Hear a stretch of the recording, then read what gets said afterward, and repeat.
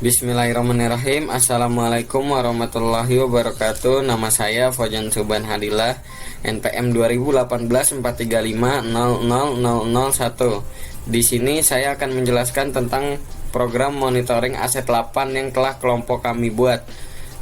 Pertama-tama mari kita menyalakan XAMPP terlebih dahulu. Lalu kita masuk ke program kita yang sudah di dalam bentuk jar. Lalu kita misalkan coba masukkan username yang salah. Jika username-nya salah, maka user tidak ditemukan. Lalu coba kita memasukkan username yang benar tetapi password salah.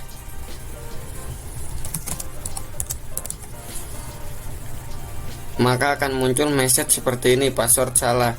Jika kita memasukkan username yang benar dan password yang benar,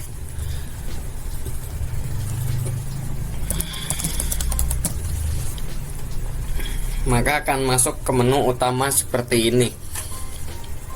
Lalu di sini ada admin untuk mengubah pengelola data yang tadi login. Misalkan di sini kita masukkan username baru.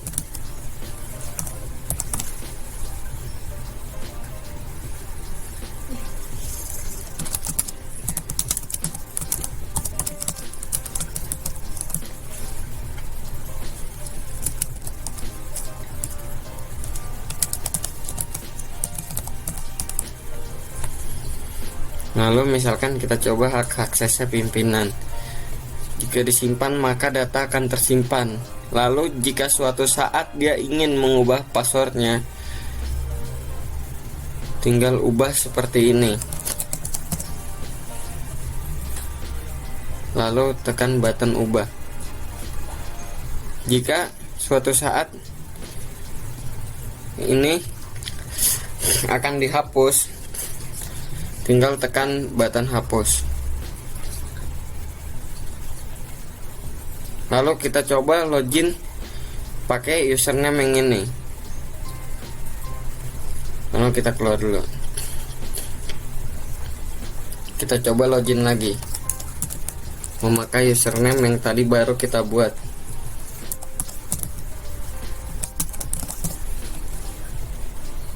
Ya, hasilnya bisa diloginkan. Lalu sekian presentasi dari saya. Wassalamualaikum warahmatullahi wabarakatuh. Saya Sili Septia Rahmat, MPM 2018-43500-497 akan menjelaskan menu dari karyawan. Pertama-tama kita membuka aplikasinya terlebih dahulu. Jika terdapat karyawan baru, kita input datanya di master data, lalu karyawan, maka tampilannya akan seperti ini. Ada nick, nama, nomor telepon, dan alamat. Pertama kita input nicknya terlebih dahulu, lalu namanya, dan kemudian nomor teleponnya,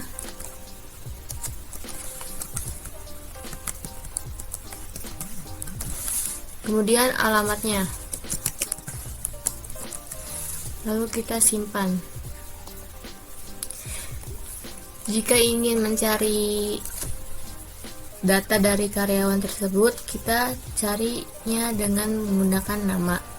Misalnya kita cari dengan nama Ulan. Cari, maka akan tampil seperti ini. Jika ingin mengubah nomor telepon atau alamat, misalnya kita ubah nomor teleponnya, kita ubah misalnya 0,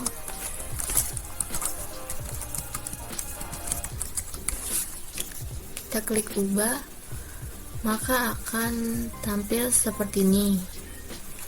Dan jika ingin atau terdapat pengurangan karyawan, kita hapus dengan cara klik salah namanya, lalu kita hapus, kita klik, dan kemudian hasilnya seperti ini.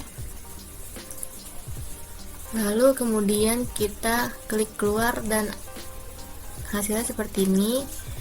dan lalu kita klik ke bagian laporan karyawan jika ingin mencetak data tersebut. Dengan cara klik cetak, maka hasilnya seperti ini. Jika tidak ingin mencetak, maka hasilnya seperti ini. Balik ke menu utama. Sekian dari saya. Wassalamualaikum warahmatullahi wabarakatuh. Saya Nita Aulia Yahya, NPM 2018 4350 2335. Saya akan menjelaskan tentang prom aset perusahaan. Yang pertama, kita buka prom master data, lalu kita klik prom aset, dan di sini sudah ada aset-aset yang telah ada di prom ini, seperti teropong, mobil, laptop, dan motor. Selanjutnya, jika kita ingin menambahkan aset ke dalam prom ini, pertama kita masukkan kode aset, lalu kita masukkan nama aset. Di sini saya akan memasukkan nama aset yaitu MOS.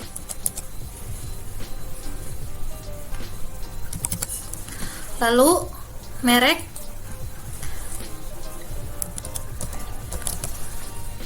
lalu tipe MOS tersebut,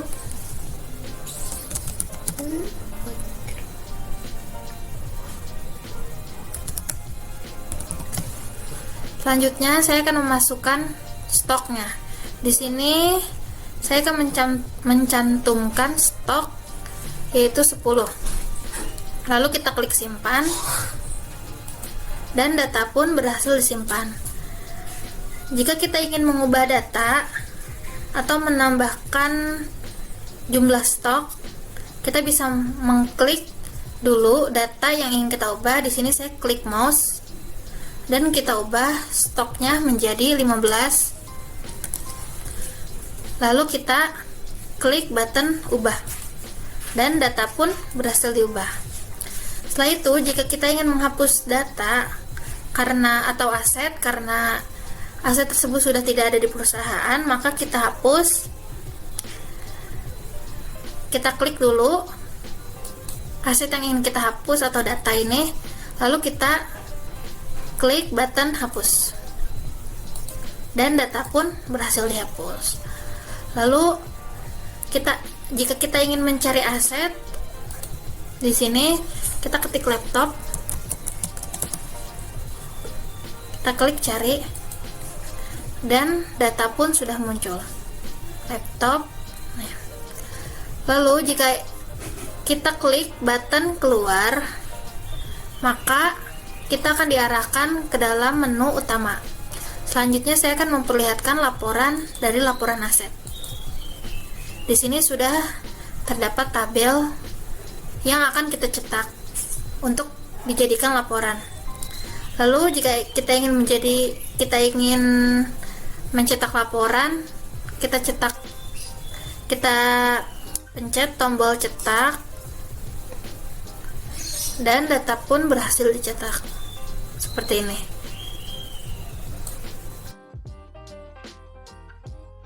Halo, sebelumnya perkenalkan, nama saya Hendro S, kelas R6B, NPM 2018 4350 0358. Saya di sini akan menjelaskan form transaksi kembali beserta dengan laporannya.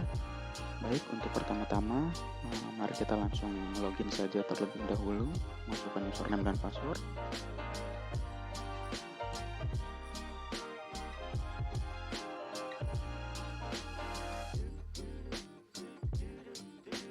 Karena di sini saya membahas form kembali, maka kita langsung ke form kembali saja.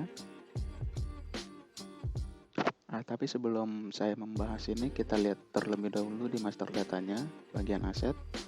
Kita dapat melihat ya, motor ini stoknya ada 9, dan kita akan coba mengembalikan barangnya. Pertama kita masukkan nomor kembali, karena masih kosong kita pakai nomor 1 saja. Tanggalnya sudah otomatis, ada hari ini.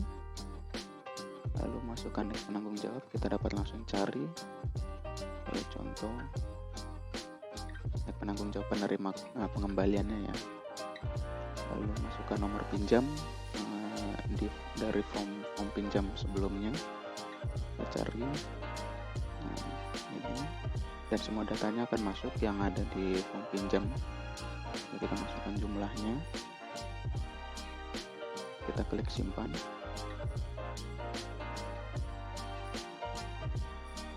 Maka semua data akan masuk.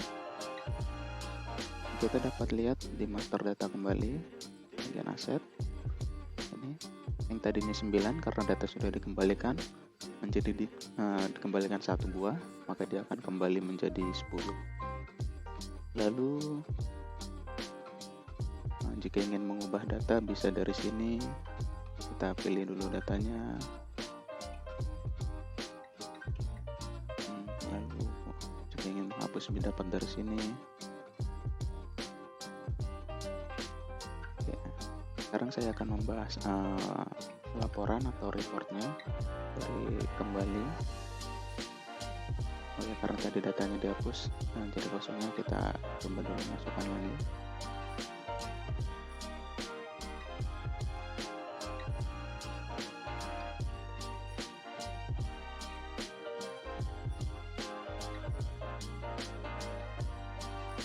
Kita lihat reportnya. Datanya semua sudah masuk, yang ada di tabel kembali itu akan masuk di sini semua. Lalu jika ingin mencetak, tinggal klik cetak saja dan datanya akan tercetak.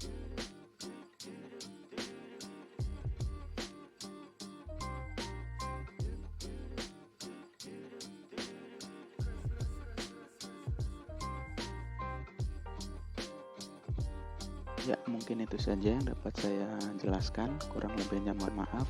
Terima kasih. Assalamualaikum warahmatullahi wabarakatuh.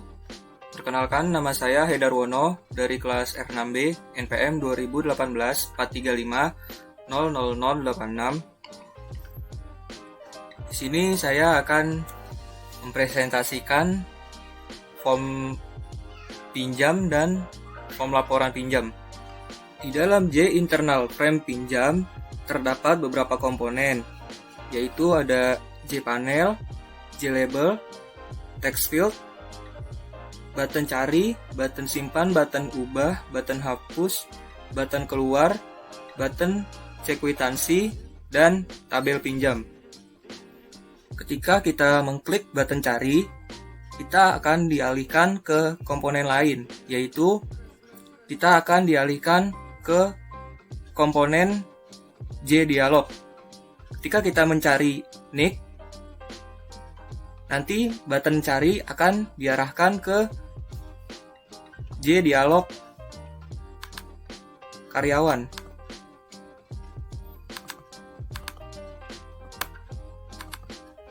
Ketika kita mencari kode, nanti kita akan dialihkan ke J dialog aset.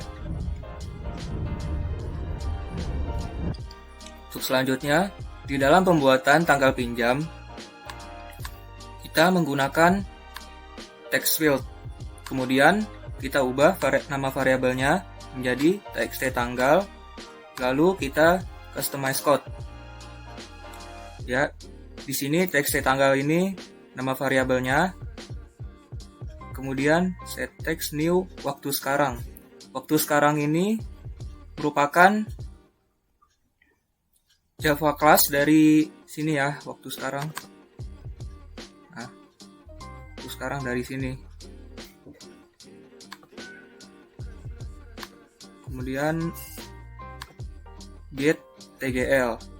Jadi di Java class waktu sekarang kita hanya mengambil metode dari get tanggal, getTGL. Untuk button simpan digunakan untuk menyimpan data. Button ubah untuk mengubah data. Button hapus berfungsi untuk menghapus data. Dan button keluar berfungsi untuk keluar. Ketika klik button keluar, nanti kita diarahkan ke menu utama. Dan untuk button cek kwitansi. Nanti kita akan diarahkan ke report ya. Untuk pembuatan reportnya bisa dilihat di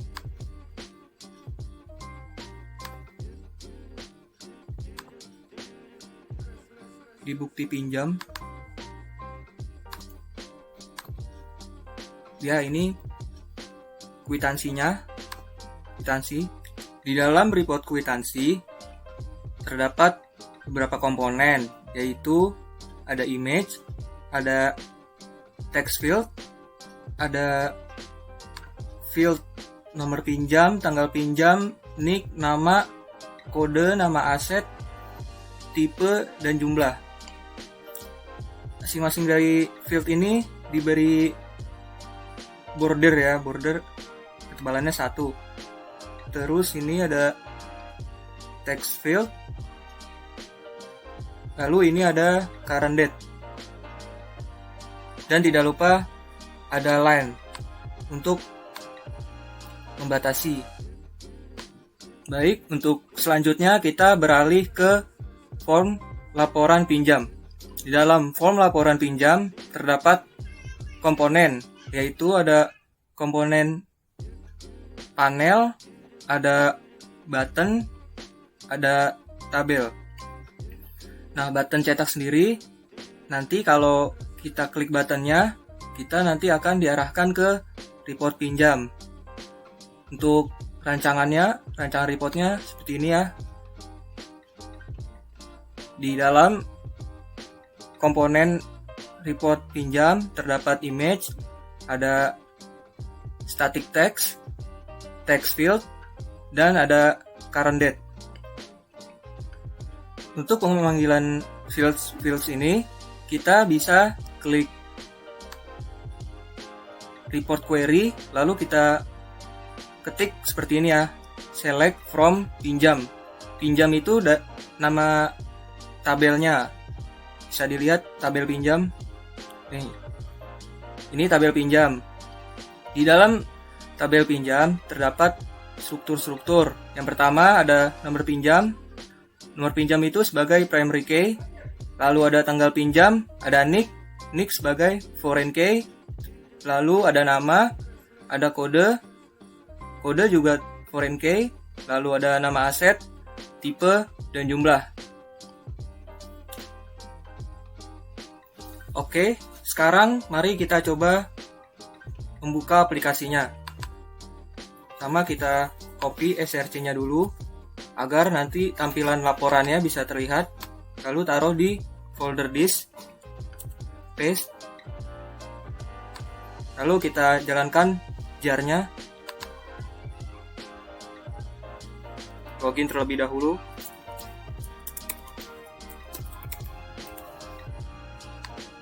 Ya, bisa dilihat ini merupakan menu utamanya ya. Lalu kita langsung saja ke pinjam.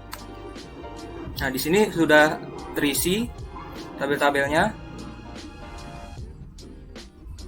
Sekarang kita coba isi dulu ya. Di sini saya akan klik namanya. Lalu kita cari kodenya. Kalau kode ini dari tabelnya dari data aset. Data aset ada di master data. Kita pilih coba teropong. Teropong awalnya stoknya 18 ya, berarti masih bisa dipinjam. Lalu jumlahnya kita coba pinjam jumlah 1. Simpan. Data berhasil disimpan. Ya, bisa dilihat ini teropong. Kita pinjam 1. Kalau kita pinjam, nanti jika kita ke aset, jumlahnya jadi stoknya jadi 17. Stok teropongnya, karena sudah kita pinjam 1 ya. Baik, kemudian pinjam, kita coba ubah. Kita ganti jumlahnya, kita coba pinjam 4, lalu klik ubah, data berhasil diubah. kita pinjam 4. Jadi pas kita ke data aset, nah ini berkurang stoknya jadi 14 karena kita pinjam 4. Stok awalnya ada 18.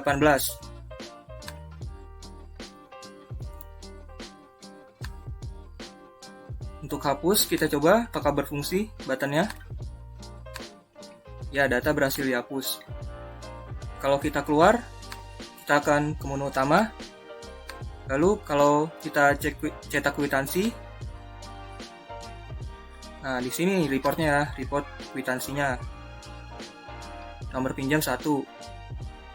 Ini kita bisa ganti ya nomor pinjamnya.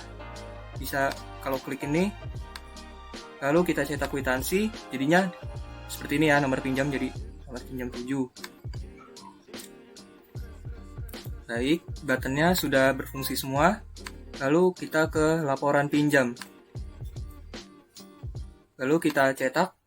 Nah, ini laporan pinjamnya ya, tabelnya seperti ini. Bisa dilihat reportnya.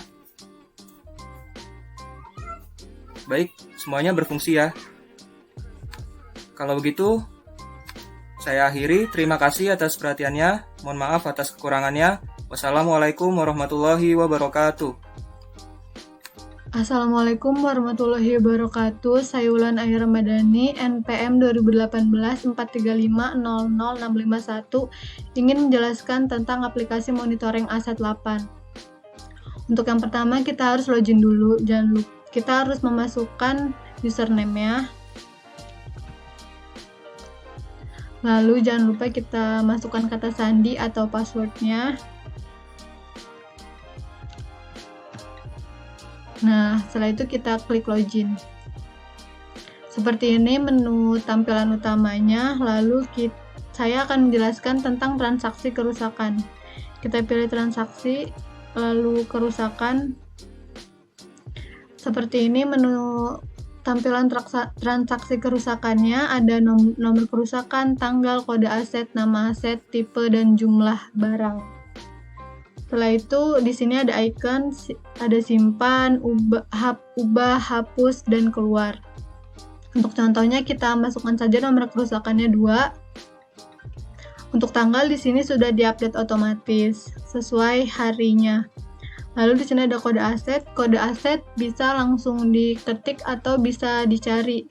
Saya akan mencontohkan cari. Di sini ada kode barang, nama barang, merek, tipe, dan stoknya. Saya memilih laptop. Nah, kode asetnya sudah terisi otomatis. 3, nama asetnya laptop, tipenya ThinkPad, dan jumlahnya.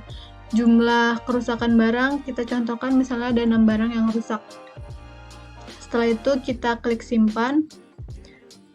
Nah, seperti ini data kerusakan barang berarti sudah berhasil disimpan, lalu kita klik OK. Nah, sudah ada kode asetnya 3, nama asetnya laptop, tipenya ThinkPad, dan jumlahnya ada 6 barang yang rusak. Setelah itu kita ke master data. Kita ke aset, dan asetnya otomatis akan berkurang karena tadi ada kerusakan barang. Setelah itu kita balik lagi ke kerusakan, lalu kita tambahkan nomor kerusakannya, contohnya 3. Lalu tanggal sudah diupdate otomatis, kita cari kode asetnya, kita pilih motor. Nah, sudah terisi otomatis juga sama seperti tadi, kita masukkan jumlah barangnya yang rusak, contohnya 2. Lalu kita simpan. Nah, berhasil lagi, kita klik OK, kita ke master data lagi, lalu ke aset. Nah, stok barangnya juga akan berkurang karena tadi ada kerusakan. Kita ke transaksi lagi, lalu kita pilih kerusakan. Kita pilih motor, klik motor, lalu kita hapus. Nah, data kerusakan barang yang tadi akan dihapus. Jadi sudah tidak ada di tabel sini. Setelah itu saya akan mencetak laporan kerusakan. Kita pilih laporan, lalu laporan kerusakan. Langsung saja kita cetak. Nah, seperti ini. Laporan kerusakannya ada kode asetnya 3, nama asetnya. Assalamualaikum warahmatullahi wabarakatuh. Perkenalkan, saya Fadilah Hafiz dengan NPM 2018 435000523. Kali ini saya akan menjelaskan bagian perbaikan serta laporannya. Untuk itu sebelumnya, proyek kami dinamakan proyek aplikasi monitoring aset 8 atau Lembaga Penerbangan dan Antariksa Nasional. Untuk pertama-tama kita lakukan login terlebih dahulu. Kita gunakan ID yang sudah ada.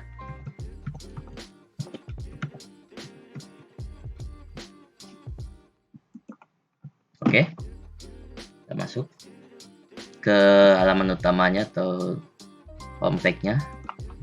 Kita klik menu transaksi, kita klik perbaikan. Di sini kita bisa lihat bagian-bagiannya ialah nomor perbaikan, tanggal, nomor kerusakan, tanggal kerusakan, kode aset, nama aset, tipe, beserta jumlah. Nah, apabila kita ingin mencari barang-barang rusak, maka kita klik tombol cari ini. Sebelumnya saya ingin menjelaskan untuk bagian nomor kerusakan ini terhubung dengan bagian kerusakan. Nah, ini adalah data-datanya. Oke, kita lanjutkan lagi terlebih dahulu. Kita klik di bagian 3. Nah, di sini kita bebas menamakan nomor perbaikan yang berapa. Kita klik 3. Kita klik 1. Maka dari itu kita simpan. Data berhasil disimpan. Apabila kita ingin merubah data tersebut, maka kita di sini. Nah, di sini kita ubah lagi datanya. Kita ubah menjadi 5. Apakah yang akan terjadi? Maka data berhasil dirubah, akan tetapi di folder kerusakannya dia akan -3. Karena apa? Karena barang yang rusak itu jumlah awalnya ialah 2, tapi kita di sini iseng memasukkan dengan jumlahnya 5. Jadi di sini di file kerusakannya dia akan menimbulkan -3 karena jumlah awalnya ialah 2. Oke, mari kita perbaiki lagi biar tidak salah. Salah keklik kita. Nah, benar. Ini 3. Kita ubah lagi jadi 2. Simpan. Wah, salah bos. Ini ubah lagi. Masih. Oke. Nah, hasilnya akan seperti ini. Kita cek lagi di tabel kerusakannya. Nah, jumlahnya untuk teropong LG jumlahnya 0, mobil Jazz jumlahnya 0, laptop ThinkPad 0 karena di tabel perbaikan sudah diperbaiki. Oke. Kita lanjut ke menu laporannya. Kita klik bagian laporan. Kita laporkan laporan perbaikan. Nah, di sini data sudah masuk. Untuk itu kita coba cetak.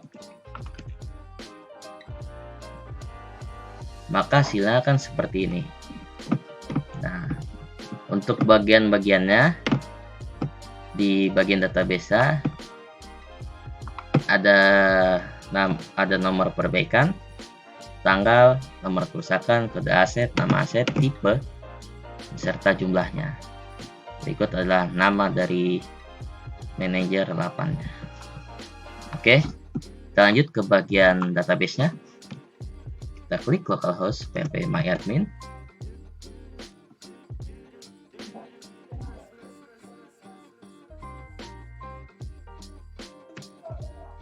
Nah, di sini kita bisa lihat mana 8. Oke, kita klik di database 8. Kita coba lihat bagian-bagiannya di tabel perbaikan.